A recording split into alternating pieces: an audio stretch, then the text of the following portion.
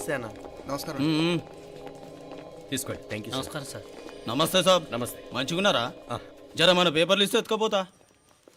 Madam గారు ఆ file చూస్తున్నారు, ఇంకొంచెం టైం పడుతుంది. ఇంకా పడుతుంది టైం? ఎక్కడా ఆమె?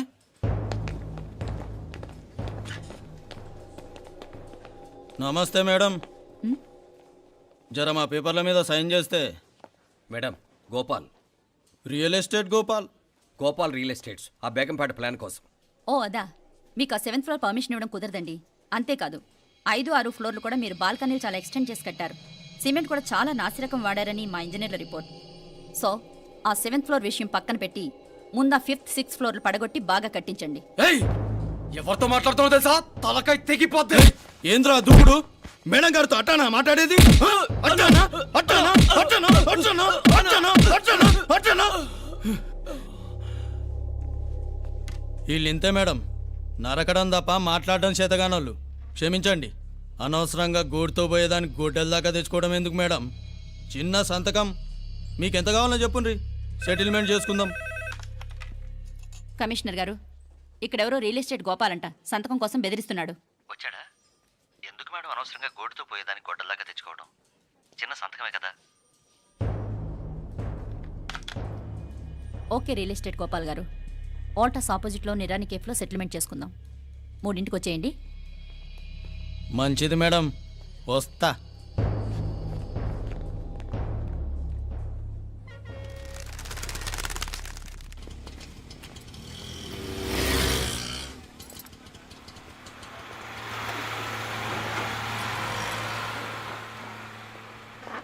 నమస్తే మేడం. నమస్తే.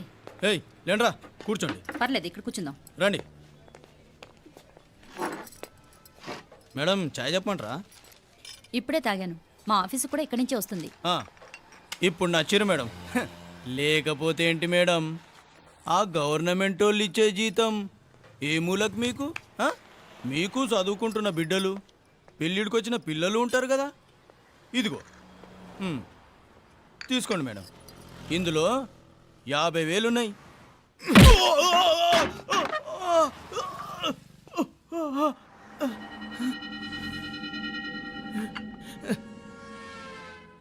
అన్నట్టు వీడు మా అబ్బాయి నువ్వన్నట్టుగా చదువుకుంటున్నాడు.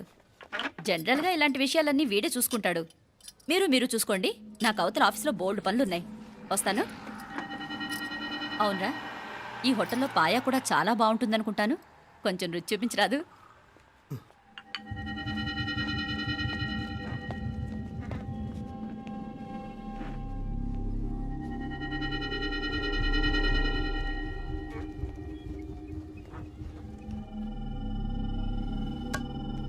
అక్బర్ భాయ్, జరా రానా. ఈ రోజుకి సర్వీస్ క్లోజ్ చేసి జీ, దాంట్లో 50,000 ఉన్నాయి. డ్యామేజ్ ఖర్చులు కొంచెం లేలో బాయ్.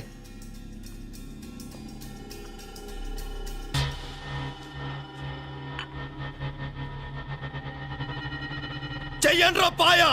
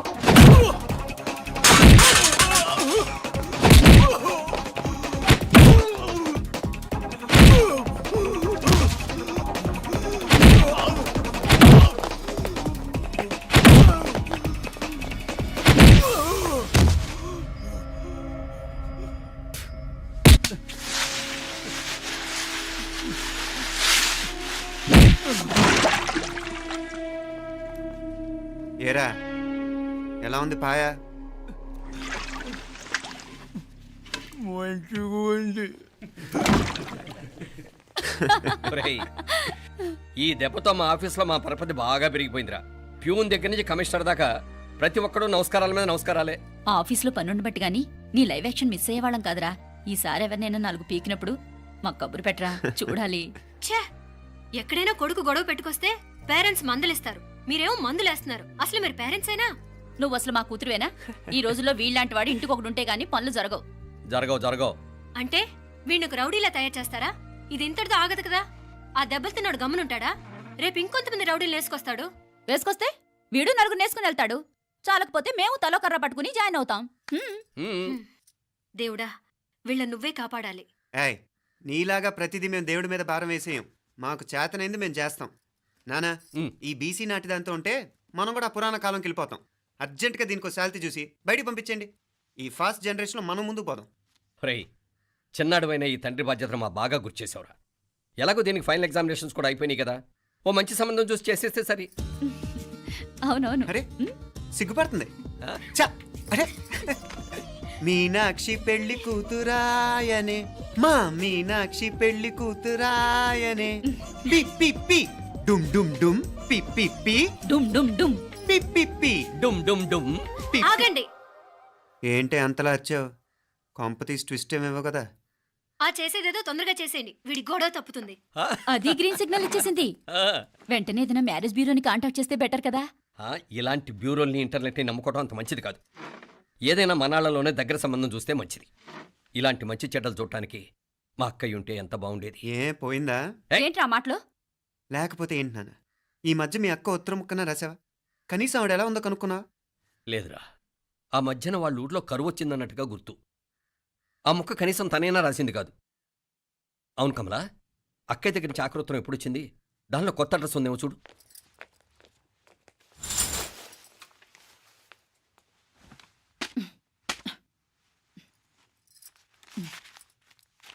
ఇవి చూడు. ఇదే ఆఖరిదనుకుంటా. మా ఇది ఓపెన్ కూడా చేసినట్లేదు. ఏంటి ఓపెన్ చేయలేదా? ఇటీ ఈ చేతిరాత మా అక్కయ్యలాగానే ఉందే. లానే ఉంటాం కాదు, మీ అక్క దగ్గర నుంచే. మరీ ఫాస్ట్ జనరేషన్ అయిపోయి సంవత్సరం క్రితం వచ్చిన లెటర్ను ఓపెన్ చేసి తీరుకు కూడా లేకుండా పోయింది. చిరంజీవి ఆనందరావుకి మీ అక్క ఆశీర్వదించరా అనేది, పిల్లలు మీరు క్షేమంగా ఉన్నారని భావిస్తున్నాను. మీ బావ పోయిన దగ్గర నుంచి ఆరోగ్యం అంతంత మాత్రంగానే ఉంది. దానికి తోడు మనిషిని పాము కాటేసినట్టు మన ఊరిని కరువు కాటేసింది. వర్షాలు లేక పొలాలన్నీ బీడివారిపోయాయి. వానలు పడాలని మొక్కని దేవుడు లేడు. గొడ్లు కూడా సరైన తిండి లేక ఎముకలు గూళ్ళైపోయాయి. అందరూ ఊరు వదిలి వలసిపోతున్నారు. నేను కూడా పక్క ఊరికి వెళ్ళిపోదాం అనుకుంటున్నాను. ఖర్చులు కొంచెం ఇబ్బందిగా ఉంది. ఏమనుకోకుండా 2000 ఉంటే సర్తామని ఈ ఉత్తరం రాస్తున్నాను. అమ్మా నాన్నలు గుర్తుగా మిగిలిపోయిన ఆ పొలం అమ్మటానికి మనసు రాక నిన్ను అడుగుతున్నాను. వెంటనే ఏ విషయం తెలియజేస్తామని ఎదురు చూస్తూ మీ అక్క పార్వతి. ఏంటి నాన్న ఇది? రక్తం పంచుకు పుట్టిన అక్క సంగతి కూడా పట్టించుకోలేనంత ఫాస్ట్ జనరేషన్ అయిపోయింది. మీనాక్షి అన్నట్టు ఆ బీసీ నాటికి వెళ్ళిపోవటమే బెటర్. హలో, రేపు నువ్వు కూడా అంతే నాయనా. ఇప్పుడేమో పీపీపీ అని తోకలా తిరుగుతున్నావే, రేపు ఆ డుండుండుం కాస్త అయిపోతే నేను కూడా కనపడను. ఎప్పుడు నీ పెళ్ళం, నీ పిల్లలు, నీ ఆస్తులు, నీ గొడవలు. ఆపుతావా నానా? దీని ముక్కుకు తాడేయాలంటే మీ అక్కంటే మంచి సంబంధాలు చూస్తాను కదా. ఎక్కడున్నా తను నేను తీసుకొస్తాను. తన్ని తీసుకొస్తావా? తన్ని తీసుకొస్తాను.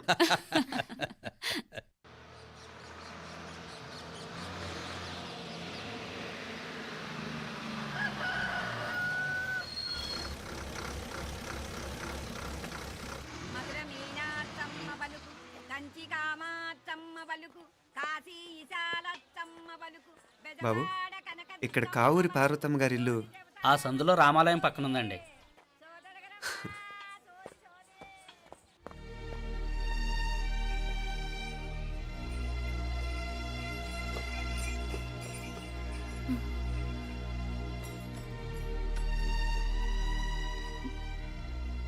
తమ్ముడు. నేను ఈ తమ్ముడిని కాదత్త, నీ తమ్ముడు కొడుకుని. అదేలేరా, నిన్ను చూస్తే మా తమ్ముడు తలొప్పుకొచ్చాడు. ఇక మీదట ఇలా గుర్తొచ్చినప్పుడే తలుచుకోవటం కాదు. ఇక నువ్వు నీ తమ్ముడి దగ్గరే ఉంది కానీ బయలుదేరు. ఏరా, గుర్తొచ్చినప్పుడు మాత్రమే తలుచుకునేది నేనా, మీ నాన్నరా? బాధే అత్త, నీ తమ్ముడు కూడా చాలా బాధపడుతున్నాడు. ఆ గవర్నమెంట్ ఉద్యోగం సంగతి నీకు తెలీదు. బండి చాకరీ అనుకో. ఇక నీ తమ్ముడు లాంటి సిన్సియర్ ఆఫీసర్ అనుకో. ఇల్లంతా పనులు. దానికి మీ మరదలు కూడా తోడైంది. ఇద్దరు బిజీ బిజీ. చదువులతో మేం బిజీ. మా ఇల్లంతా బిజీ బిజీ. ఇక మా ఊరు సంగతి అయితే మొత్తం గజిబిజీ. ఎవరెంత బిజీ అయినా తోబుట్టుల మధ్యన బిజీ అనే మాట రాకూడదని నేను వచ్చాను. నా మంచి అత్తే కదూ, మనసులో ఏం పెట్టుకోకుండా బయలుదేరు.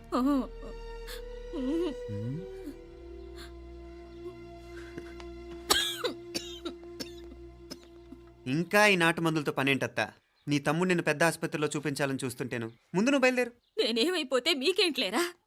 మీరా బిజీ బిజీ ఊళ్ళోనే హాయిగా ఉండండి. ఇదేంటి నేను మాట్లాడేస్తున్నాను? నువ్వు మాట్లాడకపోతే ఎలా అత్తా? ఆడపిల్లకి అమ్మ మీద ఆశ, మగపిల్లాడికి అత్త మీద ఆశ. నేనేం నీకోసం ఆడపిల్లని కనలేదుగా. కనేసున్నా పోయేది. దాన్ని నేనే పెళ్ళాడేసి నీకు తోడుగా ఇక్కడే ఉండిపోయేవాడిని. అప్పుడు అని అనుకుంటే నేను ఆడేవాడిని. చెప్తున్నాను కదత్తా, మీ అక్క తమ్ముళ్ళ మధ్యన ఉంది చాలా చిన్న గీత. మన ఇంట్లో పెద్ద దిక్కు నువ్వే కదా. నీ తమ్ముడే మీనాక్షికి దగ్గర సంబంధం చూస్తే బాగుంటుంది అంటున్నాడు. ఆ మంచి చెడ్డ చూడాలంటే మాకు నువ్వు తప్ప ఇంకెవరున్నారు చెప్పు? మీనాక్షికి సంబంధాలు చూస్తున్నారా? ఇంకా చూడలేదత్తా. నీ తమ్ముడు నీకే అపనప్ప చెప్పాలనుకుంటున్నాడు. అట్టయితే ఆ బూరుగు పిల్లల సంబంధం మాట్లాడేస్తే సరి. ఏ బూరుగు పల్లెలు? అదేరా, కుర్రాడు కూడా బాగా చదువుకున్నాళ్లే, ఇంద్రవల్లిలో ఉంటారు. అయితే మనం హైదరాబాదు. ఆ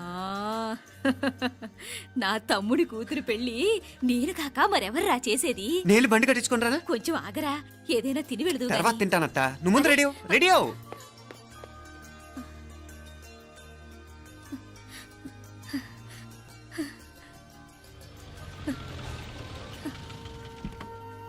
అత్త, ముందు నువ్వు పద. సామాన్ నేను తీసుకొస్తాను కదా.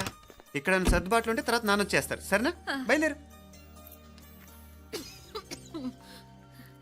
వస్తానమ్మా. వెళ్ళరామ్మా. సావిత్రమ్మా వస్తానమ్మా. మంచిదమ్మా. రాఘవయ్య గారు వస్తాను. పెళ్లికి మీరంతా తప్పకుండా రావాలి. వస్తాను.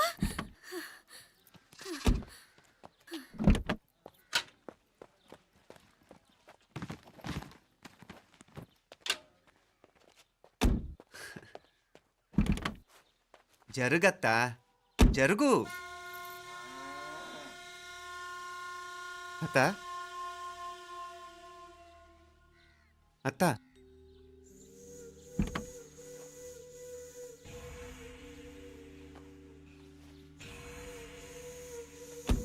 ఏమైంది పార్వతమ్మా?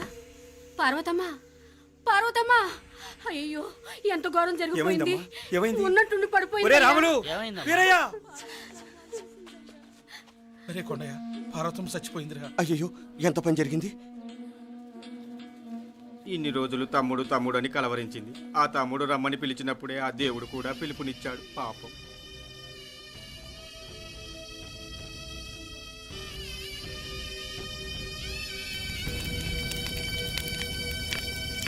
మా నాన్నగారి సంతానంలో నేను తప్ప ఇంకెవ్వరూ మిగల్లేదు.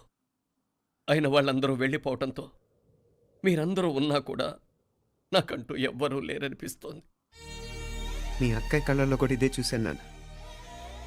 కాకపోతే తను పోయాక నువ్వు ఎవరు లేరని ఫీల్ అవుతున్నావు. మనందరం ఉండి కూడా తన ఒంటరితను అనుభవించింది. పోయేటప్పుడు కన్నీళ్లు కార్చడానికి నానే వాళ్ళు ఎవరు లేకపోవటం చాలా దురదృష్టం నాన్న. పగాడికి కూడా ఈ పరిస్థితి రాకూడదు. తెలుసో తెలియకో నాన్న చాలా తప్పు చేశాడనిపించింది. ఎంత మెకానికల్ లైఫ్లో పడిపోయినా తోబొట్టులు నిర్లక్ష్యం చేసుకొని పోగొట్టుకోవడం మహాపాపం. కళ్ళు తెరుచుకొని చూస్తున్నట్టుగానే పోయిన అత్తయ్య చివరి చూపు ఈ విషయాన్ని శాశ్వతంగా నాకు గుర్తుండిపోయేలా చేసింది.